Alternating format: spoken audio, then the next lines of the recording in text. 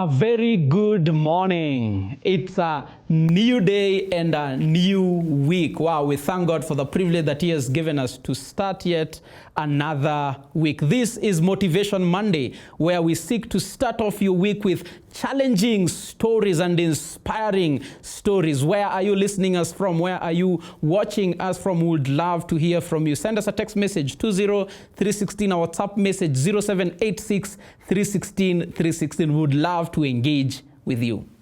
Now, it is customary every new year that we begin the year with writing what we have come to know as resolutions, New Year resolutions. Unfortunately, for many of us, we start the year with psych. For the first couple of days, we actually begin to see our dreams come alive, our desires fulfilled. But after a couple of days, they remain just but dreams. How is it that we are unable to go through with these desires and dreams and resolutions that we put in place?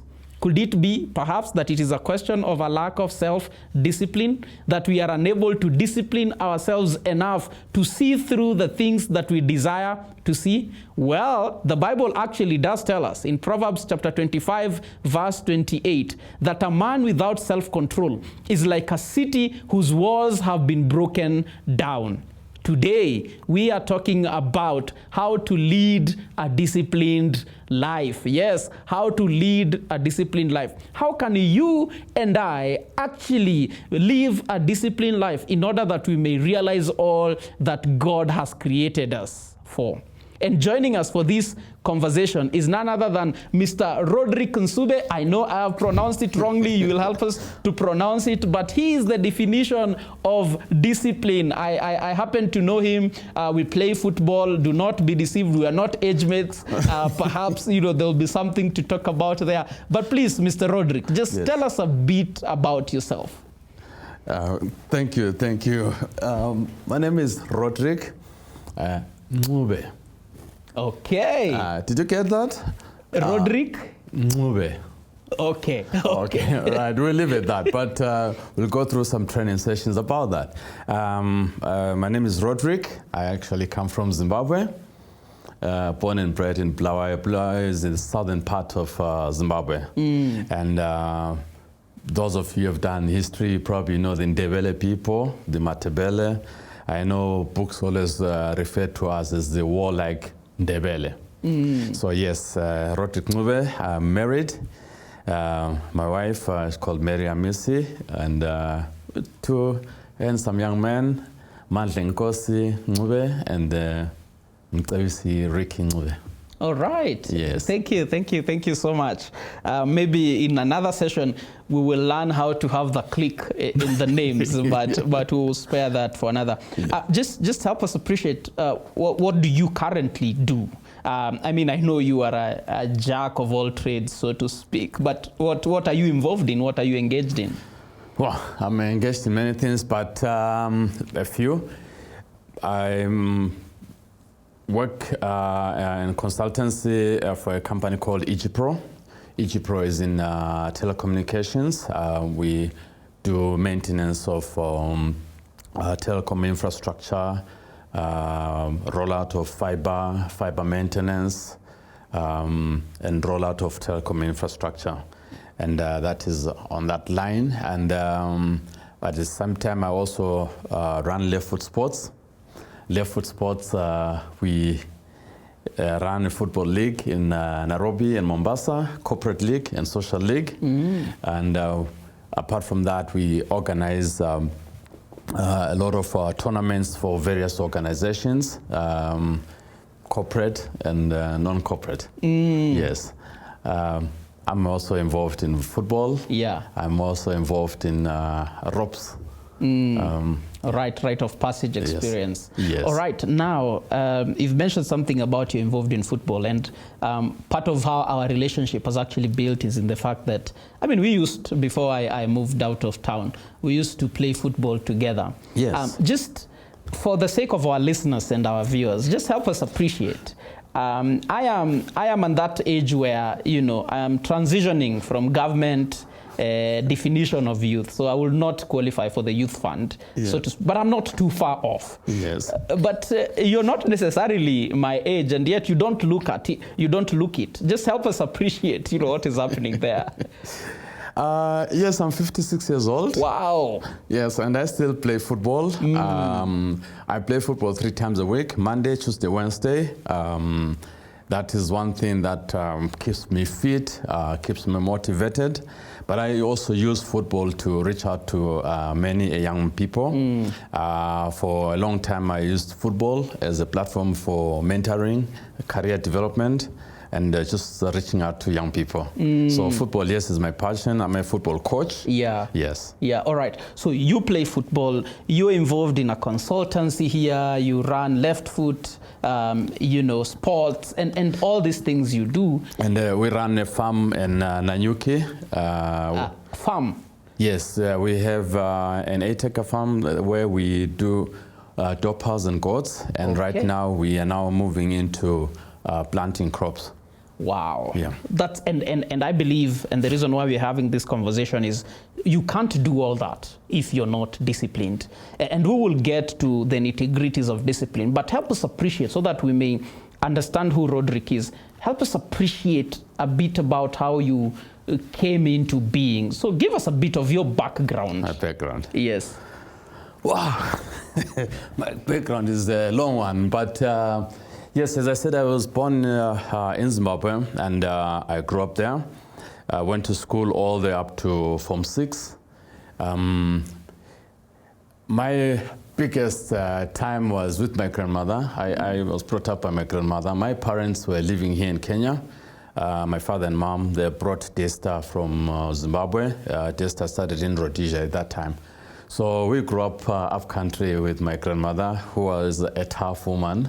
The woman who made me who I am right now. The straight and narrow route was through my grandmother. A woman, she taught me a lot of in terms of focus and hard work. That was from my grandmother.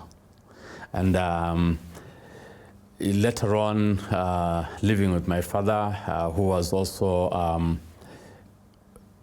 my dad was not your natural conventional father in those days, where, you know, we used to be afraid of your father. Your father walks into the house, you walk out, or something like that. My dad was, he will teach us things, he will correct you, he will motivate you. And his life, for me, was a major challenge in many things. And unfortunately, for the greater part of the early 80s, he suffered a lot of political detention and stuff like that. Actually, from Form 1 to Form 4, I do not know how many times I saw him. And that affected me at some point. Even my own results in school were just going down. But one day, this was a turning point when I was in Form 2, when we're just going to the dining commons to eat in the evening, and an army truck, a jeep, not truck, a jeep came. And they called for me in the dining commons. And this army guy removed a note written on a torn cigarette box and gave it to me, and they drove off. And it was a letter from my dad from detention. Managed to write it on a torn cigarette box, probably gotten from one of the soldiers. Yeah. And said, "Dear son, study hard. Education is one thing no one can ever take away from you, your loving father." And that was to be a turning point. For me, it was almost like I might not see my dad again. From that point on, I was driven, I was independent, and even my grades, everything just turned around. That was to become the turning point in my whole life. Yeah. By the time I reached Form 4, I remember we used to have elaborate graduations for Form 4s. And I got quite a number of prizes, you know, prize for this subject or this. And I didn't have any family because my dad was in detention, and he couldn't come. And no one came, But it didn't affect me because by then I'd gotten that focus yeah, from then on, of course, I got the opportunity. But before even you continue, yes. I think there's a lesson there. One of the things that is almost a common narrative, and it's easy to trace, is because the case of absent fathers, and for various reasons, yours was a case of political detention. For some, it's just fathers that bailed out. Others grew up without fathers. Yeah. And sometimes you can trace indiscipline, you know, among children, and even as they grow up, young people, adults, from the lack of a father figure. Yeah. Just before you continue with your story, somebody listening or watching actually grew up or currently does not have a father. Yes. And that has affected their life in the sense of how they carry out their day-to-day activities. 100%. What do you say to that individual? Yeah, it is a real problem. Which I actually dealt with very shortly. I was telling you before this program of a young boy who grew up without a father. And we as men around, sometimes we have to be those fathers. We have to reach out. As society, even in the olden days, if somebody didn't have a father, they had uncles. Yeah. So there was a societal base that allowed the young person to get that kind of man figure around. Yeah. Now today is so hard to find. You have single mothers, but there are no man figures around. Sometimes an uncle reach out. A brother reach out. And because it's very important to have that man voice. Each person contributes. The mother contributes. Yeah. The lady contributes. The father, the man contributes to this one person. And when it is not there, it's disaster, as you're saying. Yeah. I've dealt with this case like this just less than a month or so ago. And I had to this boy who ran away and everything else. I had to stay with him for a week to agree with him. Please let me stay with him. And then I started talking with him, trying to ask him, what are the most important things in your life? And yeah. Yeah. Okay. Thank you for that. Now, so now this is you've told us from 4. You have received all these accolades. Unfortunately, there aren't family members to come and celebrate with you. Yes. So what happens after this? Because at that time I was pretty much self-motivated to do things. I used to do a lot of things. I used to love singing. I was singing with Messenger. When I left from 4, I started singing with Messengers of God. Used to go ministry. I used to do a lot of work in terms of, even electrical work, by the way. And I just finished Form 4, and I could make my own money, raise things. I went for Form 5 and 6. Luckily, I got an offer to come to Daystar. And this is a part where I always say character is currency. Oh, character is currency. Yes. All right, we've started learning. Yes, because of the character of my father. And Daystar sat and said, this man who has done so much for Daystar, what can we do for him? And somebody says, yeah, but here he has a son who has finished Form 6. So they said, next day he should be here. Wow. And that's why I was offered a full scholarship based on who my father is. One of the days, if you get a chance, you can talk to Don Smith, the founder of Daystar, how they moved Daystar from Rhodesia to Kenya. So that's how I eventually came to Kenya to study. Wow. So I think there's so much value in what you've just said. You actually came on full scholarship. Yes. Not on the basis of your own merit. It's not like they were looking who is the sharpest student in Rhodesia or in Zimbabwe. No. But on the basis of your father's character. Yes. Character is currency. That's one of the main things.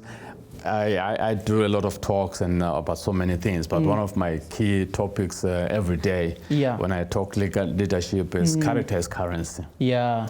It can be the bad currency that can't buy anything, but it can be that currency that buys you open doors. Open doors. Yeah. And that is the nature of what I learned from my father. And he passed on in 1991. Everywhere I go, when my father died, he was declared a national hero. But he was not a millionaire. He was not an MP. He was not a minister. He was not a multi-business whatever. He was a simple person. But the government, the same government that declared him a national hero. Wow. And every time you go, and I always tell the story, and this is very key. I was with my wife, we had visited home. So we're driving home, and then the car breaks down somewhere along the road. So people tell, oh, no, there's a garage somewhere there. So we went in there. And as people were repairing, this guy asked me, where do you come from?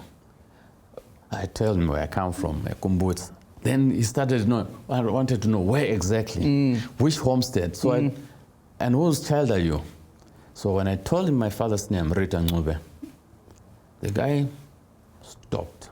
Almost like you can feel. He went into his pocket and removed a pen knife. You know those nice pen knives used to eat fruits with? Yeah. Said, your father gave me this. Wow. And when he said it, I could see glasses. He stopped the guys who were working on the car and went to work on the car. Wow. When he finished, and I asked how much, he said, don't insult me. And he said it in Debele, its depth. Don't insult no one. And he told me, go. If the car breaks down anywhere, find a way. I'll come there. Wow. And that's when I say character is currency. Yeah. And for me, I also ask myself the same question. If my son Ricky, the one you play football with, yes. if somebody meets Ricky and say, what's the name of your father? And he says, Rodrick. And will that person who knows Rodrick say, Ricky, my son, come? Character is currency. Yeah, I like that. And there is much, even in terms of biblical truth, because the Bible does say in the Proverbs that a good name is better than silver or gold. There you are. Yeah. Smart on it. Yeah. 100%. Wow. 100%. So now you come to Kenya, you're in Daystar? So I come to Kenya, I was in Daystar, absolutely amazing years. In Daystar, I used to sing with a group called Amambazo Sons of Faith. Amambazo Sons of Faith, we used to sing in churches, Nairobi Baptist, Pentecostal Church, Parklands Baptist, all AIC, Plainsview, AIC, Ngong Road. We used to sing all over Kenya.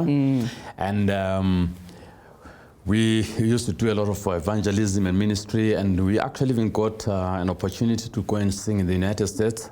We toured the US and Canada for 6 months, singing and ministering. Yeah. So that was the greatest time of ministry, because I love singing. Yeah. Of course, at the same time, I used to play football, naturally. I played for Nairobi Hospital, and I used to do bikeathon. I remember we cycled all the way to Mombasa, raising funds for Daystar. I used to be in drama. My life is full of activity. But I think most people know me in the singing side with Amambazo Sons of Faith. So Amambazo, are you singing? Amambazo doesn't sound quite East African. Yes, Mambazo, it's, the name comes from Southern Africa. Probably you know the Lady Smith Black Mambazo, but Mbazo is a snake, is an axe. So we used to sing a cappella, Southern African songs. Can you think of any chorus, just that you can give us in a minute, so that we appreciate, what was happening that time? Oh, Singabahamba yothina kulumhlaba kepha sinekhaya ezulwini. Yeah. Oh, we wow. are pilgrims in this world, and Yeah. we have a home in heaven where we'll be singing, singing hallelujah, hallelujah. Yes, you're taking me down. Wow. And of course, I joined, I used to sing in the choir. I've been singing in the choir for, yes. All right. Yes. Okay. Okay. So now help us appreciate you're in campus, you're in Daystar. Let's fast forward a bit. What course are you doing?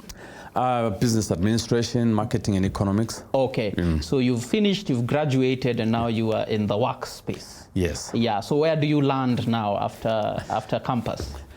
After campus, interestingly, I worked with DHL, and I was supposed to work for like 3 months. And I'd finished my coursework. I was waiting to graduate the following year because we lost a little bit of time when we went to the US as a singing group. So I finished my coursework in August. I was supposed to graduate now the following year. So September, I was supposed to do a brief stint at DHL as I wait for my graduation. And I worked. I put my best foot forward. After 3 months, my boss said, "Hey, Rodrick, I haven't gone for leave for a while. Can you extend it?" But I said, like, no problem. Yeah. Do you think I have a problem? No. So he went, I worked. That is where I tell many young people, don't think about how much you're being paid or whatever. Work, put your best foot forward. Your work will talk for itself. Yeah. At that time, I grew like this. And my boss came back from leave, and they said, you can continue. I continued. At that point, then I just started to do my master's at USIU in MBA Finance. And I continued, but then it reached a point like, okay, now I can't just work as an intern or something else. If I have to work, I have to now get a work permit or something like that. Yeah. So that is the time I could not now continue with DHL. Yeah. But that was my first stint. And I was doing my master's. I walked into this company called H. Young, and I told them, listen, there was, I knew somebody there. I said, I have time on my hands. I go for my classes in the evening. During the day, I can work. So this boss said, okay, no problem, but we can't pay you. I said, that's okay. If you can help me with bus fare. Yeah, I'll be fine. I'll be fine. They said, okay, we'll give you 5,000 shillings bus fare. That was January 1995. Okay. They will give me how much? 5,000. Bus fare. Do you know how many months I earned that 5,000? 1 month. Only? Yes. I worked. I did a tender that was one of the breakthrough tenders for the company at that time. A huge tender. I don't want to mention company names here. Yeah. And we won the tender. Wow. It was a huge one, and from there on, they increased my 5,000 to 12,000. And I do not know how many months do you think I earned the 12,000? Tell me. Less than 6 months. Wow. It was increased to 24. Okay. And this is 1995. Yes. So it's not small money. It's not small money. Yeah. But if I had not, at the beginning when I was told, we will give you 5,000, which was, if I said, no, I would not have reached that opportunity. That's true. But also working hard. Yes, we tell people work smart. Sometimes I don't like that statement. No. It deceives a lot of young men, young people. Yeah. Sometimes you just have to learn to work hard. And then, because you are learning the ropes, you're learning a lot of things. And then at some point down there, you're working hard and working smart. It comes. So we must begin by working hard. Let me tell you, there is no, I used to be in the office by 7:30 a.m. a.m. And I will work. I have to leave by 5 because I was at USIU. Yeah. I'm in industrial area. Get a matatu into town, bus, blah, blah, so that I'm in town, I'm in time for class at 7. And I'll reach back at home by 9:30, 10 at night. Wow. And cook myself, because I'm single, I'm alone. I cook for myself, I do my assignments, I sleep, but in time to be in the office at 8. So if you're not focused, Yeah, you can't do that. You can't manage that. something will give. Yeah. And Yeah. at the same time, my work now involved me traveling. I'll go to the sugar factories, the power stations, Yeah. and lucky enough, I'll be given a driver, and I will read in the car. So I will cover my coursework a lot, Yeah. even if I miss a couple of classes. So there's a lot of focus that has to come in, and you have to do it. And where I was an engineering firm, and my managing director, and who is still my mentor today, he's my giant. You know, in life you must have giants. Yeah. In different fields. And in engineering and all that, I have 2 major giants. Joseph Strassman, he's the MD of H-Young, and Charles Wanaina, he's the MD of Wings Engineering in Thika. They taught me. I was never an engineer, but later on, today, put me in any space of engineering. Wow. Without studying. Without studying.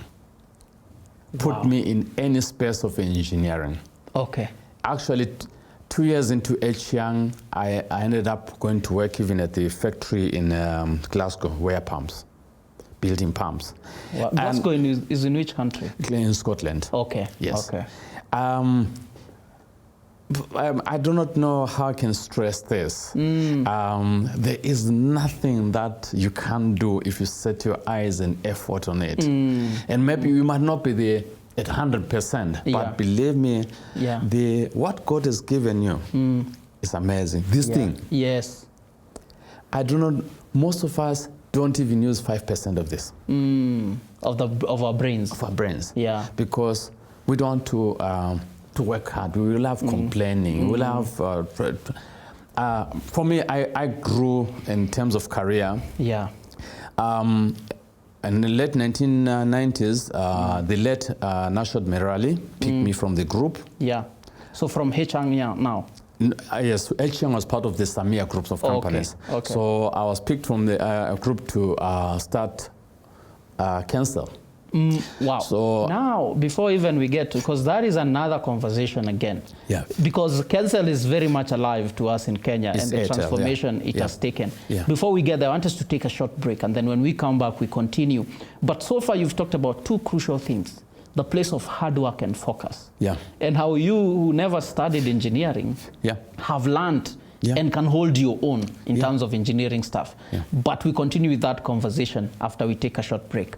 Wow, what a conversation we are having today. I hope it is as challenging and inspiring to you as it is to me. Please interact with us. Let us know, what are you hearing? How are you being challenged? Send us a text message 20316, our WhatsApp message 0786316316. This is Motivation Monday, where we bring you challenging conversations and inspiring stories. And what a story we have with us today as we look at the topic, leading a disciplined life. After this, surely you will have no excuse. You just have to lead a disciplined life. Where are you tuned in from? If you're in Nairobi, just know our frequency is 103.9 FM, Nyeri 87.9 FM, Mombasa 97.9 FM, Nakuru 102.1 FM, Meru 107.7 FM, and Kisumu 96.5 FM. Also, please download our Family Media app for free on both Play Store and Apple Store. We would love to continue sharing with you much of our programs, and you can find all of them there but also this is a good reminder to all of us that we are able to have shows like this on account of partnership with men and women like yourself. Family Media has continued to be on the air for 25 years because of the partnership with women and men like yourself. And so if the Lord lays it in your heart to be a partner, kindly send a message with the word partner to 20316 and somebody will get back to you. But for now, let us go back to our conversation and learn how to lead a disciplined life. Mr. Rodrick, welcome back. Thank you. Yeah, what a story you have. Wow. We thank God. We thank God. Yeah. So now we left it at UNH Young. Yes. And now you're talking about cancel. So tell us about that. So the conversation, and I always remember it, and I think I have to do this because I've been called by my MD. He was on the upper floor, and he was with the late Mirale, and the late says Rodriguez. They used to say, "Call me Rodriguez." We started to do telecoms and mobile telephony, and yes, we've registered a company called Cancel, and we would like you to run with it. There's a company called Vivendi from France. They'll be working with you. Oh, okay, thank you. I walk down. My phone rings. The first I pick it up, I'm told, oh, there's a call from France. And this guy, oh, my name is, you know how the French accent and blah, blah. Yeah. And then he starts asking me telecom terms. I had no clue. Wow. Totally. And I just told him, listen, just send a fax. Those faxes. Yeah. Just send an email or fax with all the things that you want me to work on, and it started a journey for me. There was a lady, the late Margaret Githire. She was my mentor in telecom. She taught me telecom. She used to be in telecom and Safaricom. She took me and taught me I worked, I did all the research and all that stuff together with a company from UK called Ovum. And so I was very much involved in the starting of Cancel and until the rollout and everything else. Yeah. And that's actually what plummeted me into the telecoms industry. Wow. And within no time, I was a telecoms guru. But yeah. So now you are an engineering guru, you are a telecoms guru, without going to class, to anybody's class. And that is, once you get passion for something, and remember Maxwell wrote a book, Talent is Not Enough. A lot of us have talent, but if you have the passion to drive that, to harvest that talent, the passion, then the character. Yeah. It's amazing. So I've been in engineering all my life, from 95, telecoms. Yeah. But you also have to do something. You have to read. Okay. Read. So you may not go into a formal class. Yes. But informal education and non-formal education is available to each and every one of us. 100%.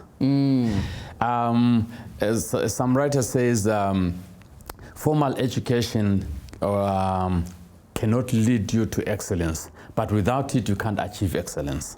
Okay. So we have to do formal education. Yes. But there's the informal education out there that you have to go for it.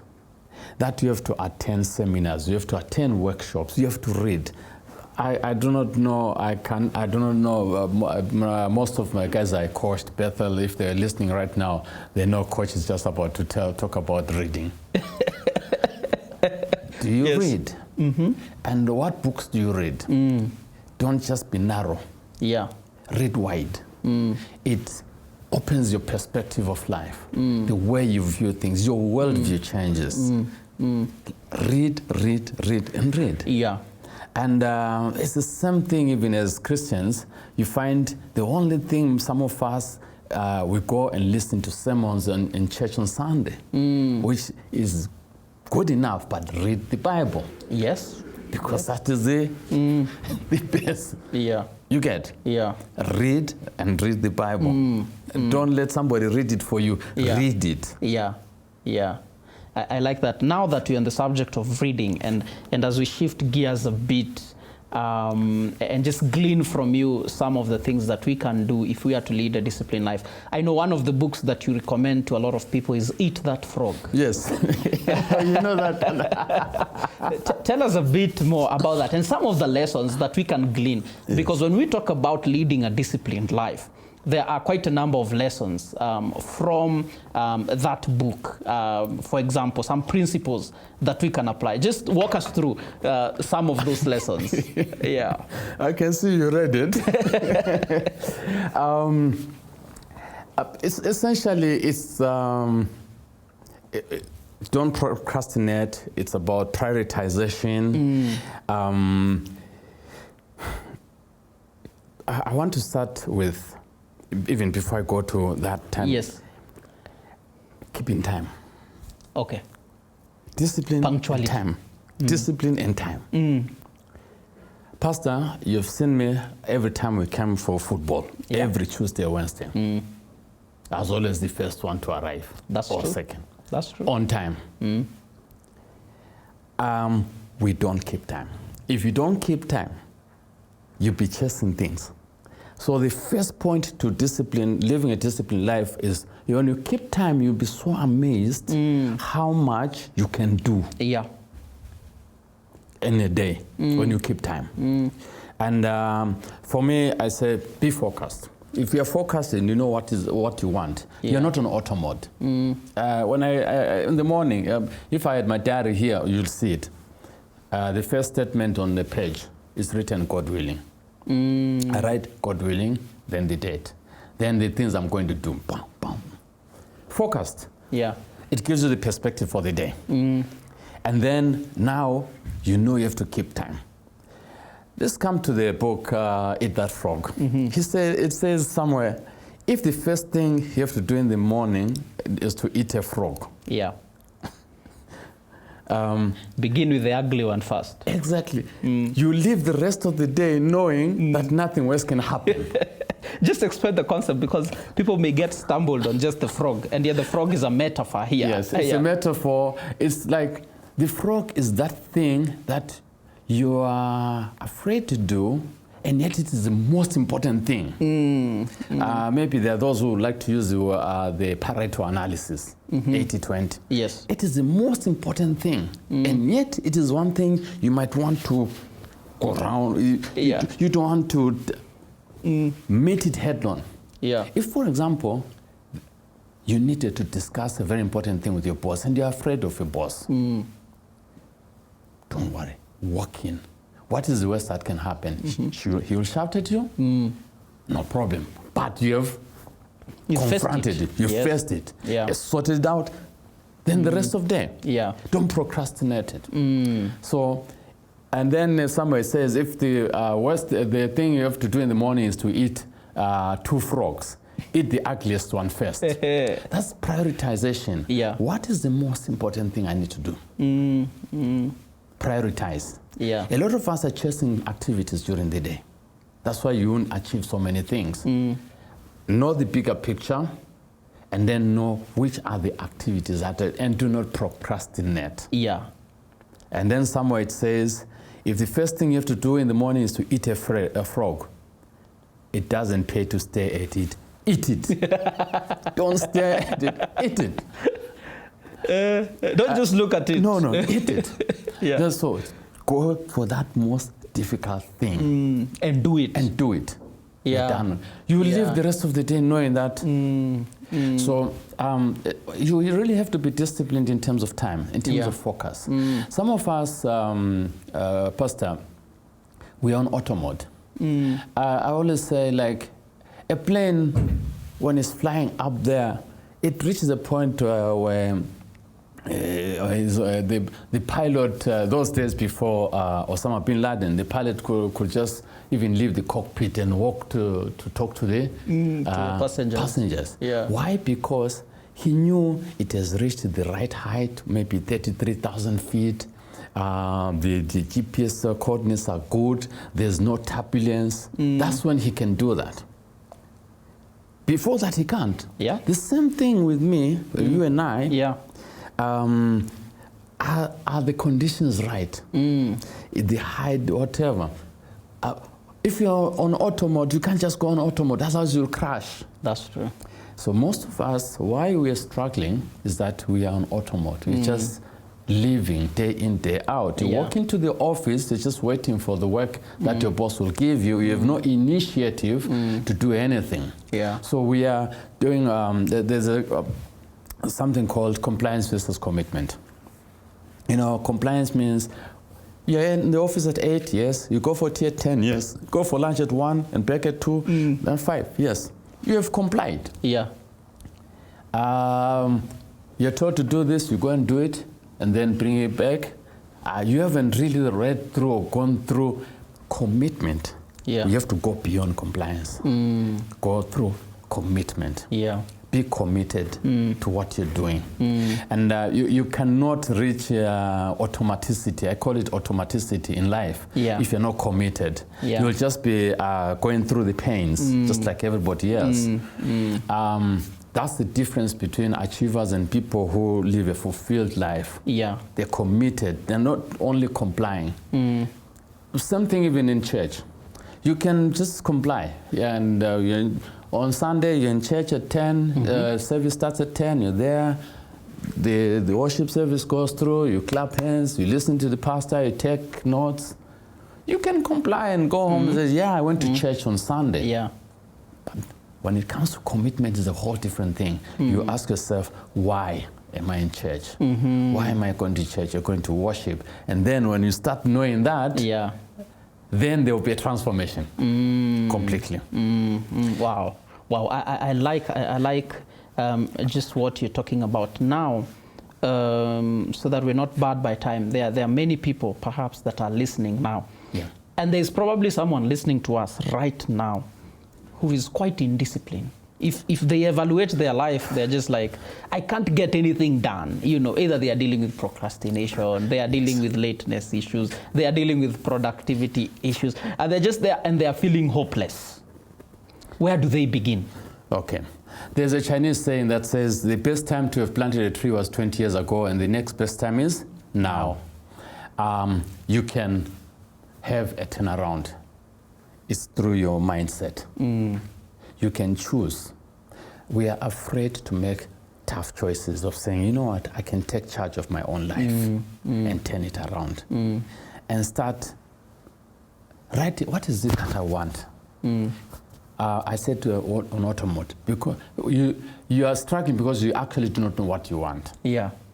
If you know what you want, then you can now start making those small steps. There are 4 areas. It's the mindset, soul set, heart set, and the health set. Okay. Your health. Are you exercising? You know, doing simple exercise, 45 minutes a day for 3 to 4 days, helps to remove toxins in your body, helps whatever. Your mindset. Where is your mind? Do you read and start knowing, this is what I want, and write down some of the steps? Tafadhali, I did this in 2008. Yes. Wow. 2008, I wrote down the things I want, but I started with one thing called gratitude. Okay. Gratitude. Look for my diary of 2008, is still there. I've lost many other diaries, but that one, because that is the year I also changed a lot of things. These steps of living a disciplined life. Yeah. I wrote down, first of all, gratitude. It was gratitude. I'm grateful too. I wrote down the things I was grateful about my grandmother. I had to stop, because probably even up to now I'll have not finished. There are too many. There are too many. You must have the attitude of gratitude. That is one step I do not know how to express to our listeners. Yeah. Be grateful. Then when you start having attitude of the attitude of gratitude, you start writing down. Please write down. Write. No, don't type in a computer. Use your pen. Or use your hand. Yes. What's the difference? It's a huge difference. How? See, Bora, I have storage of it. I found it an amazing thing, and I taught my son.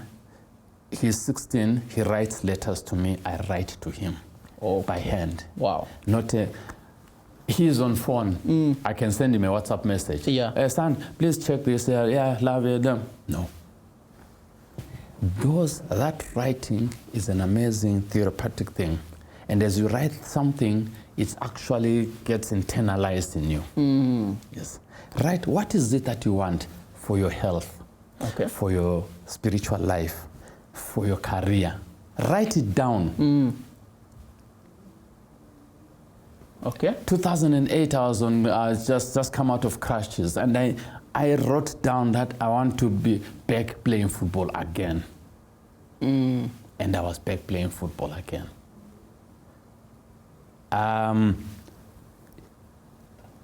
You write about your health, your spiritual life, your everything. And one of the things I said, I want to be of assistance to every person that I meet. You know, I don't have to know them. And that is me, who I am today. Yeah. I'll sit with you in a reception, I don't know your name, but I'll leave you with something. I'll talk to you. I sometimes I use humor to break. Yeah. Then, but and that is, you can do it as a person. Start writing down, what is it that I want? Then do it in small little bits and pieces. Tafadhali, let's exercise. Create time. People say, no, I don't. Create time for exercise. I exercise at home. Yeah. I don't go to the gym. I exercise at home. Yeah. And I exercise with people at home. Yeah. I do insanity at home. Insanity is insane. Yes. Even me, and I'm a younger man than you, I can't do insanity. Ask my guys at home. Then start things from home. I have many adopted children. I have twins. Now I have 2 more. All these people were like children of people who work for us. And you say, yes, they're working for me. I have a special child. Yeah. Yes. And special needs child. yes, Yeah. special needs child. He's a young man. He's 24 now. He's CP, cerebral palsy. And I've seen God's sent through that man. Yeah. I can sit here and talk up to tomorrow. He's an amazing young boy. And I said, yes, I cannot go and help people out there, and I can't help people who are working with me. So the lady was working with us before. We, you know, the children, the 2 boys. Yes. And they're now grown-up men, finished university, but my home is their home. Yeah. Start from home, doing the right things. Building. Yeah. And exercise, create time. That is one thing that we are all pathetic about. Yes. And then also have giants in your life, which is one of the most important. You will have a giant in your spiritual life. Okay. Have a giant in your career life. Have a giant in your health life. Because your pastor, for example, might not be a perfect career somebody. It's true. So who is your giant? I just talked about Charles Wainaina Wings and Joseph Schwarzman, H. Young. When I go and see these guys,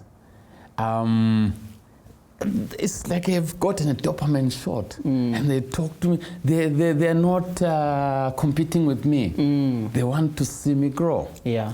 And similarly, on like for example, in finances, I have my brother Aman Basin. Aman is younger than me. He's part of the Asian community here, but he's my brother. He's and for me, he's a giant in finances and also family. And if I have financial issues, I'm struggling, whatever, a man, coaches, I come out totally. Do you have giants in your life? Okay. I think people call them mentors. Yeah. I have come out of that word mentors. Yes. Because, we've used some of these words so much, sometimes they lose meaning. Yeah, so and then a giant in your life in a specific field. Just like what they say, if you want to see far, stand on the shoulders of a giant. Yeah. Yeah. Yeah. So have those people there and invest in them. How? Take your time to go and meet them. You're the one to call them. Yeah. Not the other way around. And social media, as much as a fantastic tool, it's a tool. Yeah. Just like a tool can be used. A knife in the house can be used to cut nyanyas, tomatoes, meat. Yeah. But the same knife, somebody can murder somebody. It's true. Right. Social media, don't be addicted to it. It is leading to what I call digital dementia. And it's one of the things that is really affecting a lot of us in terms of living a disciplined life. Yeah. You spend time. Once you do this, see, I've done that. Yeah. Do you know the next time I wake up like this, 1 hour could have gone? It's true. Quickly. Just like that. And then we then say, I don't have time. You actually have time. A lot of time. Put the phone down. Remember, when you are working on something, then you pick your phone or you go to WhatsApp chat, whatever, you lose 20 minutes of what you're doing. Yeah. Because now you have to go back again to so you find you're not achieving anything. Then this thing that all of you love doing is you're working, you're listening to music on the background. You're saying no, even to that? No. Okay. People use this word multitasking. Don't multitask. Don't multitask. When you're doing this, do it. Okay. Right now I'm doing an interview with you. Am I multitasking? No. I'm focused on you. But just imagine if right now we're doing this interview, I'm like this. Yeah, by the way, yes, I'm doing this. There's something we're losing in between. Let's focus this 1 hour. Yeah. We sit here, we talk this thing, we talk comprehensively. Then okay, coach. Then I run to do something else. Yeah. Yeah. So when you're working and you need your mind, you're listening to music in the background. Where are you? Are you listening to the music or are you working? Are you working? So in other words, we are sending mixed signals to the brain because the brain has to, focus on the music and focus on the work, and there's a level of attention that is lost there. I would dread to see maybe my lawyer working on a contractual document. He is having this and is reading the whatever, because he will miss a T and a dot. Yeah. And that is significant. Totally. Yeah. And that's your everyday life. When you want to sit down and listen to your music, listen to the music. Okay. Okay. Focus. Yeah. Focus, focus, focus. There are simple things that for me, like right now, I'm going to leave here. I'm driving to Word of Life. Radio is off. I'll drive for 40 minutes. Radio is off. I'm thinking. That is the last part I want to bring. A lot of us don't spend time thinking. Okay. Thinking. Switch off everything. And think. And think. I think when I'm driving. Okay. People complain about traffic jam. Yeah. I don't complain about traffic jam. Gives you an opportunity to think. Wow. And I can write that email in the car. By the time I reach the office and I put my fingers on the keyboard, the email is already written. Yeah. Whereas other people want to start. Have you ever seen somebody putting his fingers on the keyboard and thinks that the computer will... you don't know where to begin. Yes. Because you have thought before. Then now you just download everything. Wow. Please, thinking. Think. Switch off the radio in the car. And think.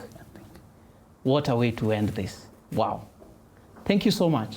Thank you so much. I know there is much more that we could have talked about in terms of leading a disciplined life, but I believe this gives us a ground to begin, actually. Yeah. And the reason why I like this kind of conversations, this is not just a motivational talk. No. You know, you feel excited and then tomorrow we are back to square one. No, one out there who has actually listened to this ought to begin. Yeah, you have to begin. Yes, it does not matter where you are right now, You have to begin. Yes. Thank you so much, Mr. Rodrick. What a pleasure and an honor it has been. Thank you for your time. Thank you for sharing with us your life. The Lord bless you. Thank you very much. We really appreciate this. Wow, we have come to the end of our time today. Time really flies fast when you're having such conversations. This is not a conversation that you can just sit pretty and listen to.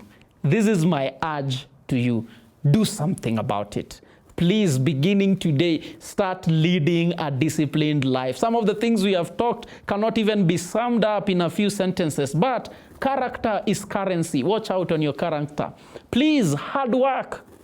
Not just working smart, but working hard. Focus, focus, focus. These things, social media, things that take us away from our focus. Please regulate that. Do not be addicted. Do not suffer from digital dementia, as our guest has told us. But as he has ended this conversation, think. Take time to think. For as a man thinks in his heart, the Bible tells us, so is he. Well, that is our conversation for today. This has been Motivation Monday. Keep interacting with us. We'd love to hear from you. 20316 is our SMS line. 0786316316 is our WhatsApp line. And perhaps if the Lord lays in your heart to partner with us and you can give a one-time gift, kindly feel free to do that through paybill number 316316. And for the account number, kindly write your phone number. This is goodbye from us, but please lead a disciplined life.